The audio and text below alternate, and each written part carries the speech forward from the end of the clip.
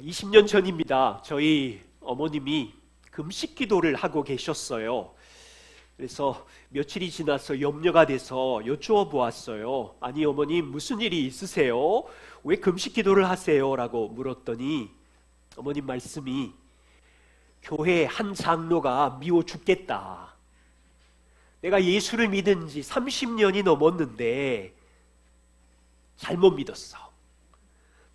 내가 하나님 앞에 섰을 때 그분이 나를 칭찬하지 않으실 것 같아서, 부끄러울 것 같아서 지금 내 마음을 다스리려고 기도하고 있어.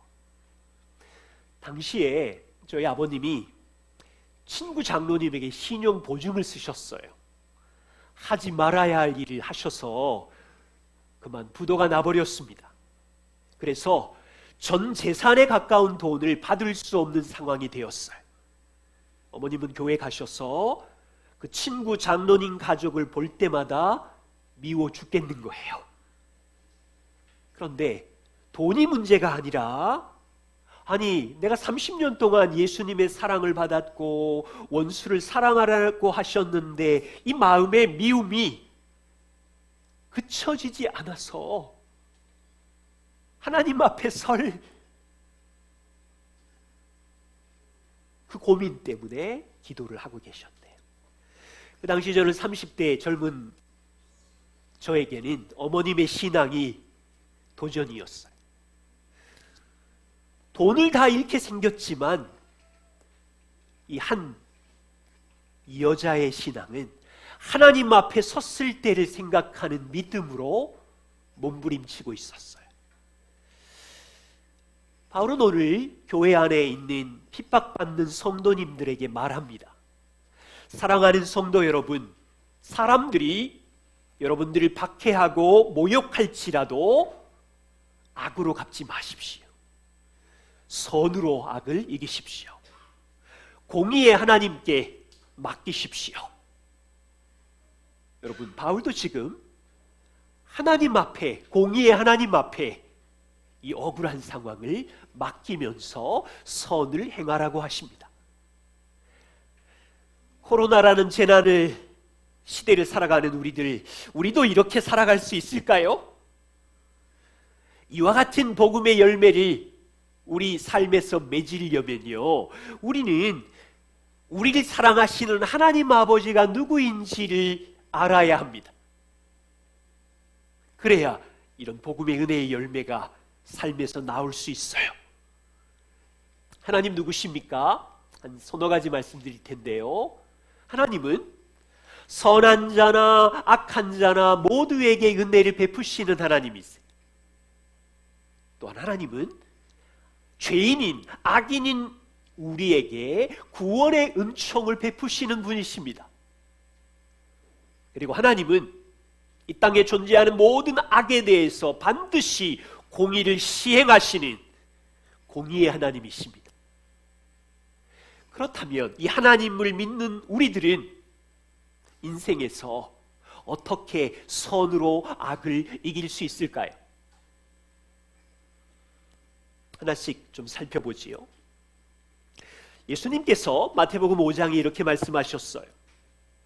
나는 너희에게 이르노니 너희 원수를 사랑하며 너희를 박해하는 자를 위하여 기도하라.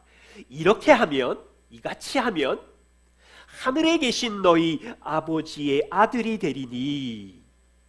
왜 이렇게 하라고 하십니까? 이는 하나님이 햇볕을 악한 사람이나 선한 사람에게도 동일하게 비추시고 비를 의로운 자와 불의한 자에게 함께 내려주시기 때문이라. 자, 하나님의 아들 예수님은 아버지 하나님이 누구라고 하세요? 하나님 아버지는 악한 사람도 선한 사람도 똑같이 비를 주시고 착한 사람도 나쁜 사람도 매일 필요한 햇볕을 베푸시는 분이세요. 만일에요, 제가 하나님이면 착하고 좋은 사람에게는 해와 비를 주지만 나쁘고 악한 사람에게는 이렇게 하고 싶어요. 비가 오다가 빨간 잉크가 돼가지고 온몸이 다 시뻘겋게 바뀌어서 경고하는 거예요. 너 조심해라. 제가 만일 하나님이면 사기꾼 강도 같은 사람에게 동일한 따뜻한 햇볕을 주는 게 아니라 골라가지고 사기꾼 강도 같은 사람한테는 따뜻한 햇볕이 뜨거운 강선으로 바뀌어서 머리털이 다 새까맣게 타버려. 아니면 코로나 바이러스처럼 뭔가를 심어서 질병을 줘서 경고하는 거야. 재짓지 말아라. 이렇게 하고 싶어요. 그런데 하나님은 악한 자나 불의한 자나 거짓과 욕심을 가지고 이 땅을 걸어가고 있는 것을 아시면서도 그렇게 하지 않으세요.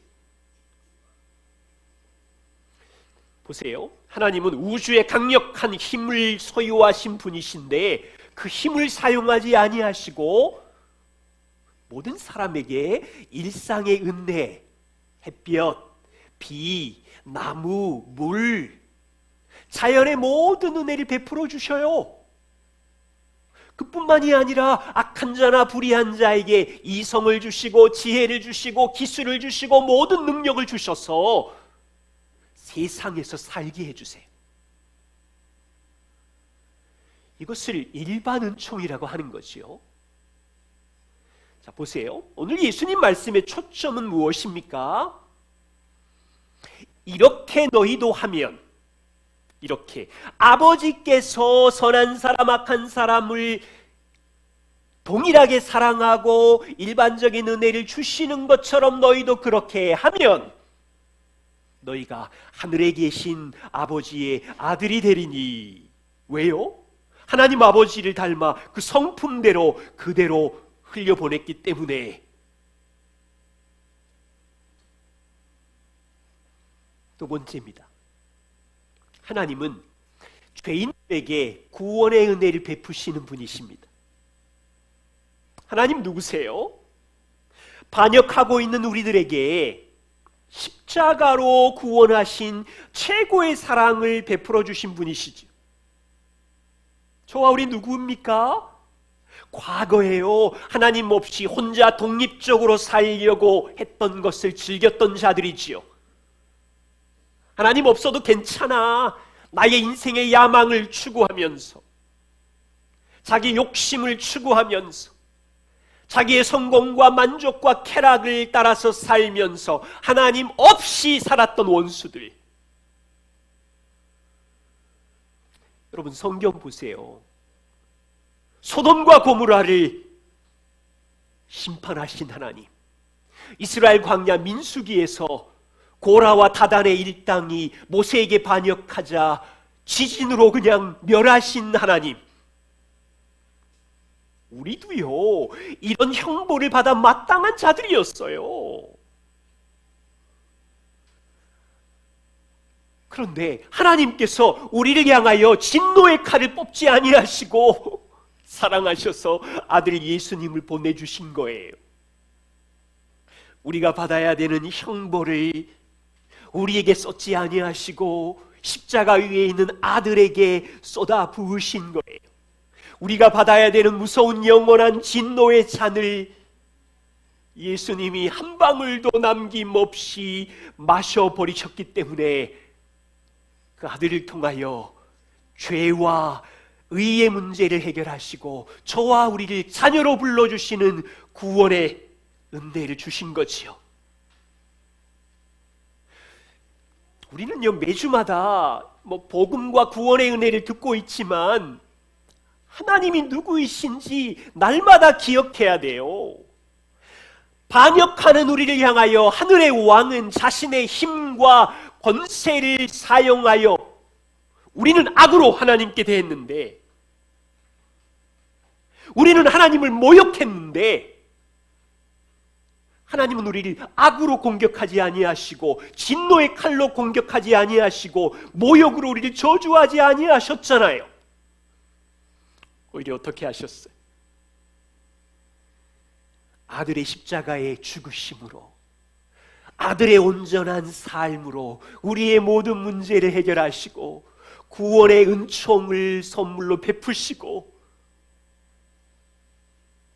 나와 화목한 자녀로 영원한 교제를 이루는 백성으로 불러주시고 썩지 않고 쇠하지 않은 천국의 기업을 약속으로 주시는 은혜.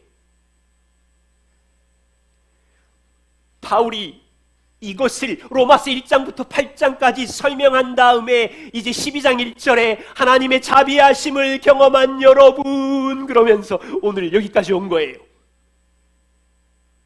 아무에게도 악을 악으로 갚지 마십시오. 모든 사람에게 선한 일을 도모하십시오. 왜 그렇습니까? 우리는 하나님께 원수로 반항했었지만 하나님은 힘과 진노의 칼로 우리를 대접하지 아니하셨고 우리를 사랑과 긍휼로 대하신 것처럼 여러분도 땅에서 누군가로부터 박해를 받고 핍박을 받고 모욕을 받을 때 여러분들의 진노의 칼을 뽑지 마시고 할 수 있거든 선을 행하십시오. 여러분, 이게 무리한 말씀이에요? 우리가 받은 사랑을 생각하면 여러분, 세상을 보세요. 신문을 보세요. 정치, 경제, 사회, 아파트, 층간소음 모든 영역에서 힘을 가지고 휘두르는 세상에 우리는 살고 있어요. 숫자의 힘, 물질의 힘, 내가 조금만 많은 작은 경력이 더 많으면, 조금만 많은 소유를 갖고 남들보다 많이 가지고 있으면 이거 가지고요 온 세상은 갑질을 하고 있고요, 내가 세다고 우월감을 갖고 있고요, 다른 사람을 멸시하는 힘과 권세가 주장하는 세상에 살고 있어요. 그런데 바울은 이렇게 말하는 거예요. 사랑하는 여러분, 우리는 힘과 권세를 휘두르며 자기의 옳음을 주장하는 사람들이 아닙니다. 하나님이 누구신지 기억하십시오. 선한 자나 악한 자나 모든 사람에게 해와 비를 베푸시는 은혜의 하나님을 기억하십시오. 악한 자에게 악으로 갚지 아니하시고 아들을 주셔서 구원의 은혜를 베푸신 하나님을 기억하십시오. 그러므로 여러분도 악을 악으로 갚지 말고 선으로 악을 이기십시오. 여러분, 호주 선교사 그레이엄 스테인스 가족을 소개합니다. 여기 보이는 사진 5명의 가족들이 보이나요?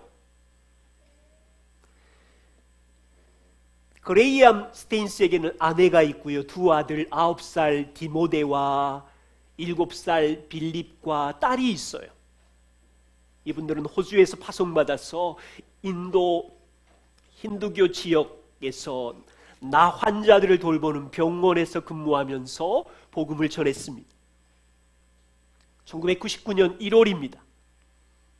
이 그레이엄 선교사는 2 아들과 함께 성경 캠프를 하면서 복음 전도 사역을 하고 있었는데요, 그곳에 있던 극단적인 힌두 교도들이 차에 불을 질러버렸어요. 이 사건으로 그레이엄 선교사는 차에 갇히게 되었고 차 안에서 9살, 7살 2 아들을 껴안고 불에 타서 순교했어요. 지금 이 사진이 그때 불에 탄 자동차입니다. 며칠 후 인도 신문에 아내 글래디스의 글이 실렸고 인도 전역의 TV로 방송이 되었어요. 아내는 이렇게 말했습니다. 저는 인도 국민들에게 오직 한 가지 소식만 전합니다. 저는 슬프지 않습니다. 남편과 아이를 죽인 사람들을 미워하지 않습니다. 남편은 예수 그리스도를 사랑했고 예수님은 우리에게 용서하라 하셨습니다. 단 한 가지 소망이 있습니다. 이 나라의 모든 국민이 그들의 죄를 위해 목숨을 내어주신 예수 그리스도와 인격적인 관계를 맺는 것입니다. 많은 사람들은 그녀와 딸이 호주로 돌아가리라고 생각을 했어요. 그런데 그녀는 호주로 돌아가지 않았고 제 남편과 아이들은 이 나라를 위해서 목숨을 바쳤습니다. 인도가 내 집입니다. 저는 여기 머물며 계속 가난한 자와 환자들을 섬기고 싶습니다. 그레이엄 선교사님 가족은요, 악을 악으로 갚지 않고 선을 가지고 악을 이긴 놀라운 복음의 은혜를 인도 사람들에게 전하였습니다. 세 번째입니다. 하나님은 반드시 공의로 심판하신대요. 19절을 보십시오. 내 사랑하는 자들아, 너희가 친히 원수를 갚지 말아라. 하나님의 진노하심에 맡겨라. 성경은 기록하기를 원수 갚는 것이 내게 있으니 내가 갚으리라고 주께서 말씀하셨느니라. 하나님은 성도인 우리에게 직접 친히 원수를 갚지 말라고 합니다. 무슨 뜻인가요? 하나님은 사랑이시니까 너희를 모욕하고 핍박하는 자들까지 하나님은 용서하셨으니까 얘야 원수의 죄를 덮어버리자, 그들의 악행을 문제 삼지 말자, 이렇게 말하시는 건가요? 절대로 아니에요. 하나님은 내가 진노하겠다. 너희가 악행하고 모욕한 모든 죄에 대해서 너희가 갚을 필요가 없다. 내가 공의로 심판할 것이다. 자, 모든 사람은 하나님 앞에서, 공의의 하나님 앞에서 심판을 받을 거예요. 우리를 포함해서. 그때 두 종류의 심판이 기다리고 있어. 한 부류는, 어떤 죄인은 대속자가 고난을 받음으로 그 형벌을 받지 않는 사람들이 있을 거예요. 그 이유는 이사야 53장 6절에 있는 것처럼 여호와께서는 우리 모두의 죄악을 십자가 위에 있는 그리스도에게 담당시키셨기 때문에. 예를 들어 보죠. 그레이엄 선교사를 불살라 죽인 힌두교인 이들이 아내의 고백을 듣고 하나님께 돌아와서 회개했다면 이 폭도들의 살인죄에 대한 형벌은요, 땅에서는 유죄의 선언을 받겠지요. 자기들이 살인을 한 거니까. 제가 자료를 찾아보니까 4년 뒤에 12명이 인도 법정으로부터 유죄 선고를 받았대요. 그런데 문제는 죽고 나서 하나님 앞에 갔을 때 이 악행한 자의 살인죄는 어떻게 되냐고요. 그때 이 아내의 사랑의 고백을 듣고 하나님께로 돌아왔으면 아들 예수 그리스도가 십자가에 그 힌두교인을 위하여 죄를 담당해 주셨기 때문에 죄가 사함받고 영원한 하나님의 나라에 들어가겠지요. 그러나 만일 그레이엄 선교사를 죽인 힌두교인이 여전히 회개하지 않고 하나님께 돌아오지 않는다면 어떻게 돼요? 땅에서는 자기 죄의 책임을 질 것이고 하늘에 가서는 자기가 스스로 또 자기 죄에 대한 책임을 지고 영원한 형벌을 받아야 되겠지요. 존 파이퍼 목사님께서 하나님의 진노에 대해서 이렇게 로마서를 설교하면서 말씀하셨어요. 성도 여러분, 하나님의 진노는 실제입니다. 성경은 반복적으로 하나님이 분노하신다, 진노하신다고 말합니다. 하나님의 진노는 결코 무분별하지도 않으시며 언제나 지혜로우시며 공정한 분노입니다. 하나님의 진노는 잠시가 아니라 영원합니다. 그 어떤 공포 영화보다 더 끔찍합니다. 여러분, 그 예수님 지옥 설교 보셨지요? 구더기도 죽지 않고 꺼지지 않는 불. 그리고 하나님의 진노는 공평하고 옳습니다. 하나님의 진노는 땅의 사법 판결과는 전혀 다른, 사람들이 하는 사법 판결은 유불리를 따라서 선택할 수 있지만 하나님의 판결은 완벽하고 옳고 죄를 향한 합당한 분노입니다. 그리고 복음이 있습니다. 종말에 쏟아질 하나님의 완전하고 최종적인 진노를 지금 피할 수 있는 복음이 있습니다. 여러분 알고 있어요? 하나님의 아들을 구원자요 보화로 받아들이면 하나님의 진노 아래 영혼을 보낼 필요가 없습니다. 왜요? 아들이 우리 대신 모든 진노를 다 받으셨으니까. 하나님이 세상을 사랑하셔서 고귀한 아들을 보내셨습니다. 그 아들 안으로 피하는 모든 자를 대신해서 하나님의 한없는 진노를 그 아들이 담당하셨기 때문입니다. 여러분, 복음 안에 한 가족 된 것을 감사해요. 오늘 여쭤볼게요. 하나님의 공의에 대한 믿음이 확실하세요? 하나님은 반드시 죄에 대해서 심판하실 거라는 것이 확실하세요? 그렇다면 우리가 복수할 권한이 내 것이 아니라 하나님의 권한이라는 믿음이 필요해요. 보세요. 하나님은 죄에 대해서 당신의 아들을 아끼지 않고 공의를 세우셨어요.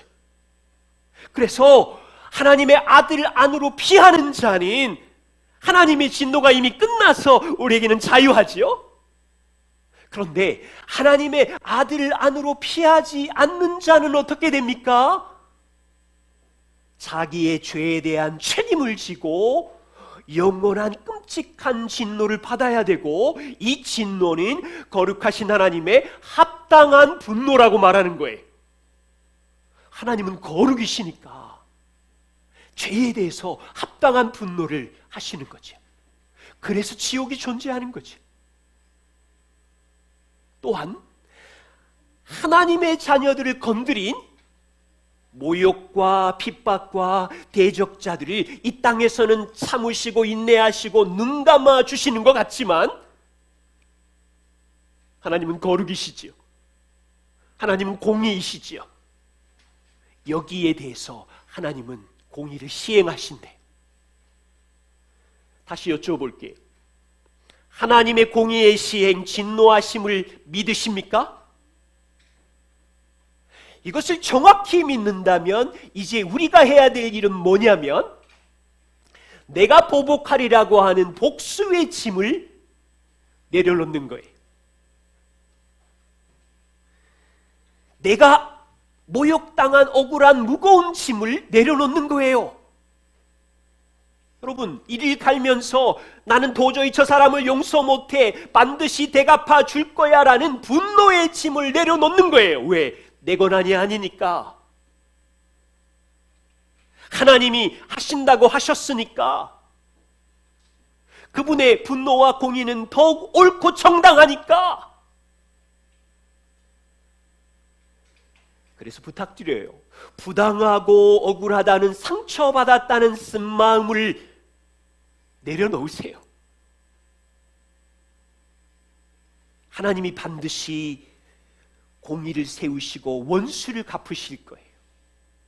하나님의 공의가 이루어지지 않는 일은 절대로 없어요. 여러분, 이것이 바울이 가르친 하나님의 하나님 되심입니다. 그렇다면 이 하나님을 우리가 믿는다면 우리는 이제 선으로 어떻게 악을 이길까요? 두 가지를 부탁하고 싶어요. 첫 번째는 우리가 할 일이 있습니다. 악한 자를 위하여 기도하고 하나님의 진노하심에 맡기고 섬기고 사랑하는 것입니다. 자, 마태복음 5장 44절 45절을 다시 보세요. 하나님의 아들 예수님의 말씀입니다.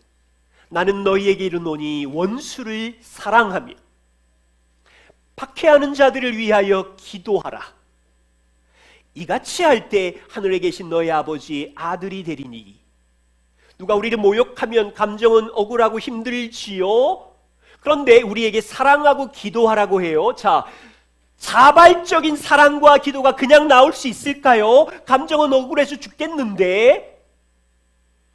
그게 나오려면 하나님이 반드시 악에 대해서 진노하시고 심판하신다는 걸 알아야 돼요. 그래야 억울한 짐을 내려놓을 수 있고 내가 갚겠다는 복수의 감정을 내려놓아야 우리 표정도 부드러워지고 사랑할 수 있고 기도할 수 있는 거예요. 억울한 감정, 무거운 분노의 짐을 가진 채로는 사랑도 기도도 할 수 없어요.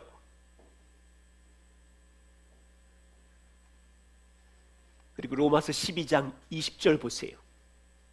내 원수가 줄이거든 먹이고 목마르거든 마시게 해라. 원수가 필요한 것을 도와주고 섬겨라. 너희의 말과 손과 발의 행실로 선을 베풀라고 하는 거예요. 우리가 할 일이 있습니다. 다른 사람이 우리를 공격하면 감정과 억울한 마음은 너무 고통스럽지만 해야 할 일은 우리 입으로 원수를 위하여 기도하면서 이 억울한 것에 대한 공의로운 판단과 진노하심은 하나님께 맡기면서 손과 발로 사랑과 선을 베푸는 것까지가 우리의 몫인 거예요.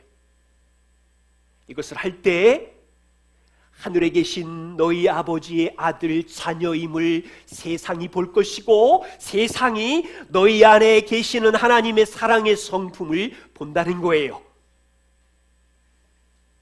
그런데 우리가 이 감정을 죽여가면서 선을 행하면 원수들이 하나님께 회개하고 돌아올까요? 그건 우리 몫이 아니에요. 우리가 그렇게 살면 돌아온다, 그거 우리에게 약속하지 않으셨어요. 몇 년 만에 돌아올지 아무도 몰라요. 우리가 기도하고 사랑하고 선을 행하지만 그 사람이 하나님께 돌아올 수도 있고 끝까지 반항하고 회개하지 않을 수도 있어요. 그래서 바울이 20절에 이렇게 말하는 거예요. 너희가 그렇게 선을 행할 때 너희가 숯불을 그 사람의 머리에 쌓아 놓고 있는 거야. 우리가 사랑과 선행과 기도를 할 때 그 사람이 회개하고 자비와 구원으로 올 수도 있지만 그들이 회개하지 않으면 그 사람의 머리에 하나님의 공의로운 진노를 쌓고 있는 거야. 이것을 잘 설명한 말씀이 로마서 2장 4절과 5절이에요. 너희가 하나님의 인자하심을 따라서 너희를 인도하여 회개하심을 알지 못하고 그의 인자하심과 용납하심과 길이 참으심이 얼마나 풍성한데 그것을 멸시한다면 너희의 고집과 회개하지 아니한 마음을 따른다면 기억해라. 진노의 날, 하나님의 의로운 심판이 나타나는 그날에 너희에게 임할 진노를 너희는 지금 쌓아가고 있는 것이다.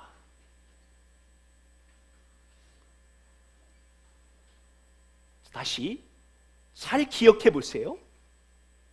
인생을 살아가는 동안 우리를 모욕하고 공격하는 악한 사람들이 있을 때 우리가 기도하고 사랑하고 하나님께 진노를 맡길 때 그 사람들이 돌아오는 것이 성공이 아니에요. 성도의 역할은 기도하고 하나님의 공의를 믿고 사랑하는 역할까지가 우리가 해야 할 몫이에요.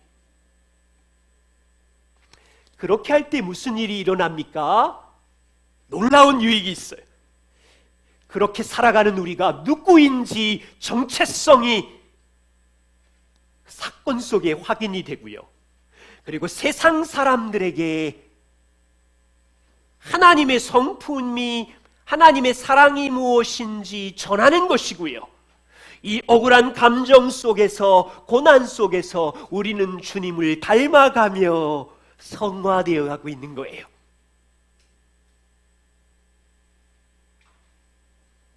두 번째입니다. 억울한 일을 당하실 때 그리스도를 생각함으로 참으면 아름다운 시간을 보내고 계신 거예요. 베드로는 초대교회 안에 직장에서 억울한 일을 당한 성도들에게 이렇게 말합니다. 베드로전서 2장 18절에 사환들아, 종이거든요. 범사에 두려워함으로 주인에게 순종하되 선하고 관용하는 자들에게만 순종하지 말고 까다로운 주인에게도 순종해라. 베드로가 섬기는 초대교회 안에 일주일 동안 직업이 노예인 성도가 있었어요. 노예라는 직업으로 살아갈 때 그들의 고백을 들어보니 두 종류의 주인이 있었어요. 어떤 주인은 선하고 인격이 훌륭한 주인이지만 어떤 주인은 까다롭고 성품이 난폭한 주인들도 있는 거예요. 2000년 전 노예는 소모품처럼 얼마나 인격 모독을 받았을까요? 그런데 그 성도들이 교회에 와서 이 주인의 행포에 억울하고 막 억눌린 감정을 하소연했나 봐요. 그런 그들에게 베드로는 가르칩니다. 너희가 선한 주인에게만이 아니라 까다로운 주인에게도, 너희를 소모품처럼 여기는 사람들에게도 참고 순종하고 선한 일을 하십시오. 여러분, 베드로가 지금 공감 능력이 떨어지는 사람입니까?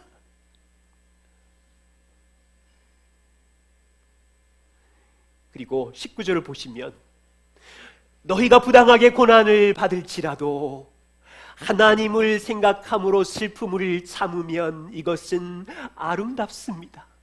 20절에 보시면 선을 행함으로 고난을 받고 그 순간 참으면 하나님 앞에서 아름답습니다. 저는 이 아름답다는 두 단어가 너무 마음이 아프고 뭉클해요.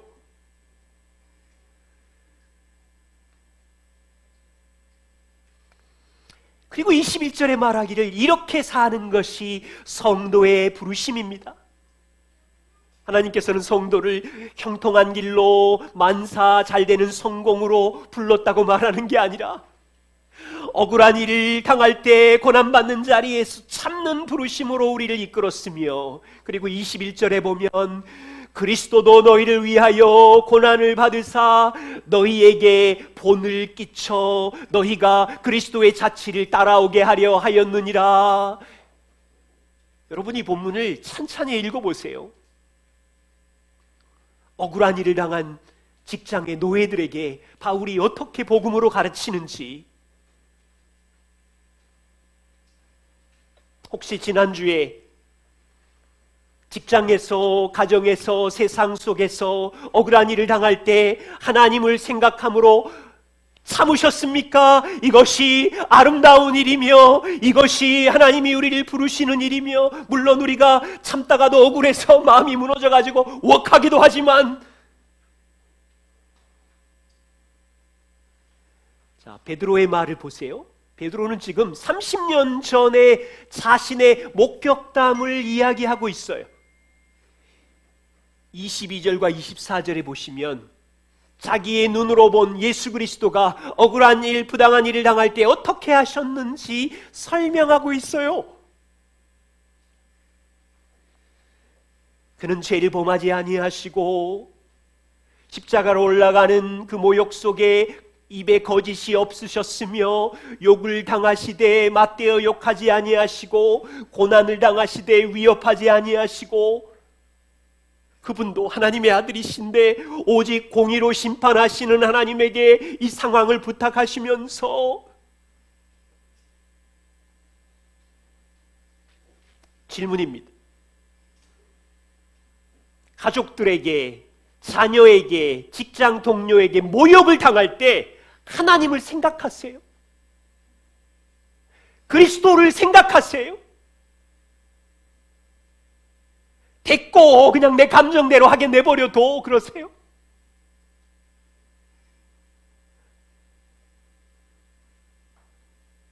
베드로는 지금 30년 전 자기 눈앞에서 그리스도를 배반하고 도망갔는데, 하나님의 아들이 가장 부당한 일, 억울한 일을 당하고 있을 때, 죄 없으신 분이 십자가로 끌려갈 때, 인격적인 모독과 침뱉음을 받을 때 입에 거짓이 없으시며 욕을 욕으로 갚지 아니하시며 위협하지 아니하시며, 지금 베드로의 심정이 이런 거예요. 성도 사랑하는 여러분, 일주일 동안 직장에서, 가정에서 너무 억울하고 원통한 일을 당하셨습니까? 고생 많으셨습니다. 그런데 여러분, 억울한 상황에서 하나님을 생각함으로 참으면 아름다워요. 그리스도를 생각해 보세요. 십자가에서 참으셨어요. 왜 참았어요? 24절에 이렇게 말해요. 예수님이 친히 나무에 달려 자신의 몸으로 우리 죄를 담당하셨고 채찍에 맞음으로 너희가 나음을 얻었느니라. 예수님이 왜 억울한 일을 참았어요? 우리 죄를 담당하려고, 죄를 끝내려고, 우리를 치료하려고.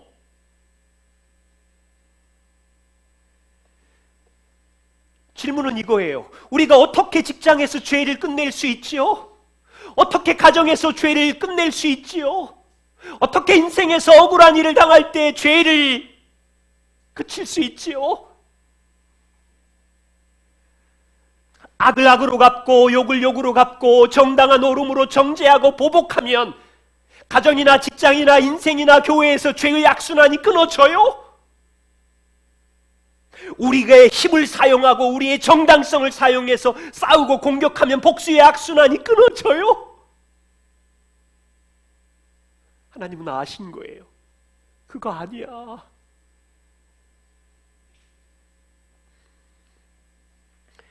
죄의 악순환을 끝내는 길은 하나님을 생각하는 자, 그리스도를 생각하는 사람인 거예요.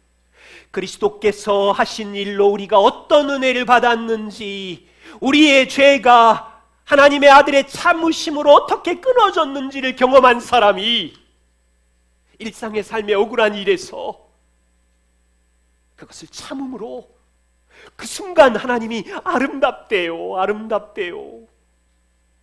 그리스도의 본을 쫓아 죄를 끊으려고 견디며 참고 있으니 우리는 억울해 죽겠는데 아름답대요.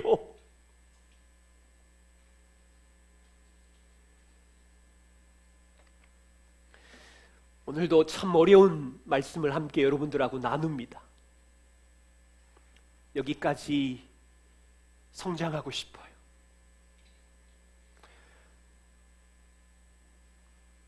우리 힘으로는 불가능이고요. 내 본성으로는 불가능이고요. 원수를 사랑하고 기도하고 그가 필요한 일을 베푸는 그 자리까지 우리가 잘하려면 우리 안에 계신 성령께서 우리를 격려하시면서 때로는 쓰러지기도 할 것이고, 시작은 이거예요. 하나님을 생각하셔야 돼요. 그리스도가 우리에게 어떻게 일하셨는지, 어떻게 참으셨는지 생각해야 견디는 그 아름다움이 쌓이고 쌓여서 우리 가정에 죄의 사슬들이 줄어들 것이고, 우리 교회에 죄의 실타래들이 풀릴 것이고, 여러분이 직장과 세상에 있으므로 죄의 그 끔찍한 영향력에서 서서히 평안과 자유를 누릴 수 있을 거예요. 우리를 그렇게 부르신 거죠. 이 소망을 가지고 믿음의 선한 싸움을 함께 싸우면서 우리의 인생을 주의 성도로 살아가 주시기를 부탁드립니다. 기도하겠습니다.